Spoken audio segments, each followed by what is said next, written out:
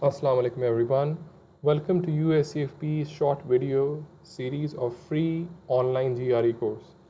These videos will help you prepare for the GRE exam, which is essential for graduate admissions in most universities in the US and for the Fulbright scholarship program. This session will be on GRE quantitative section. This is video 4 of the series. We will be covering basic math concepts, part 2. So one question which is very common in GRE is patterns, that you need to know how to solve questions which have set of numbers which would repeat after a certain time. So pause this video and go over this question. So in the sequence above, the first three terms repeat without end. What is the product of 81st to the 85th term? So these terms repeat, and we need to find which of these terms would be the 81st term. Suppose it was given that take the product of the third to the 8th term. So we can see that the third term over here is minus 5. So 3 divided by 3 is the number of terms which has a pattern. If we divide it by 3, so 3 is the term that this 3 is the term that we want to get to, and 3 is the repeat, how many terms are repeating. 3 divided by 3 is 1. So it means that the entire pattern has repeated once. Suppose we had to get to the 6th term. So the 6th term again is minus 5. So 6, the term we need to get to, divided by the pattern. So it means that the entire pattern has repeated 2 times. Now we have to get to the 81st term in this question. 81 divided by 3 is 27, that the entire pattern has repeated 27 times. So the 81st term is actually minus 5. So minus 5, we need 82nd, 3rd, 4th, 5th. So if we take the product of minus 5 minus 2 is 10, into 3 is 30, 30 into plus 10 is 300. So the answer is 300. Suppose they had asked us take the product of 82nd term. So again we would have divided by,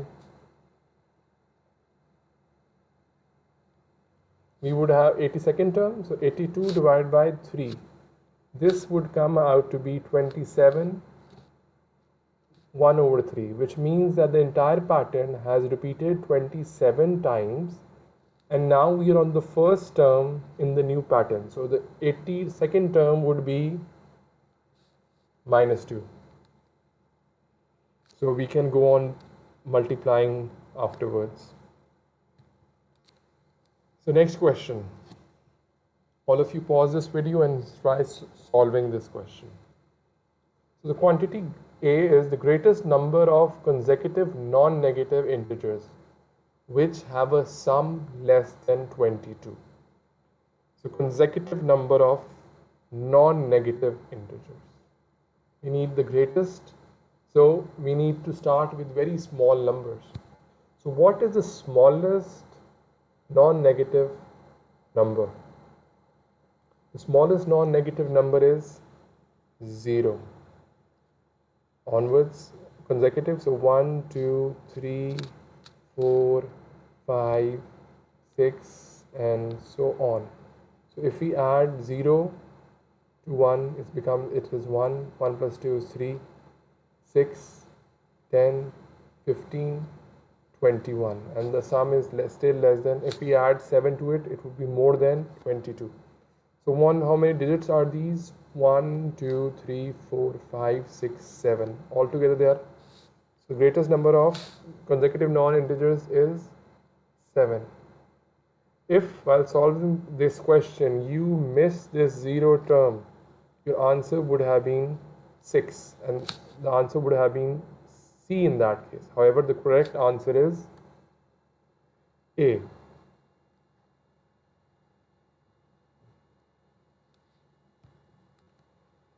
Now the next question, quantity A and quantity B, which one is bigger?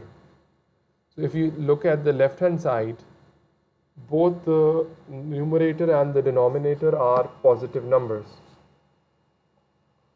and the quantity B, the denominator is negative number, minus 2 raised to power 3 comes out to be minus 8, and the numerator is a positive number.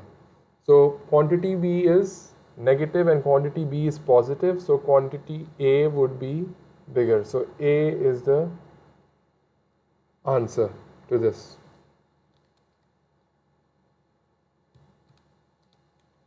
Next question, a very common question in GRE, is to calculate rate of things.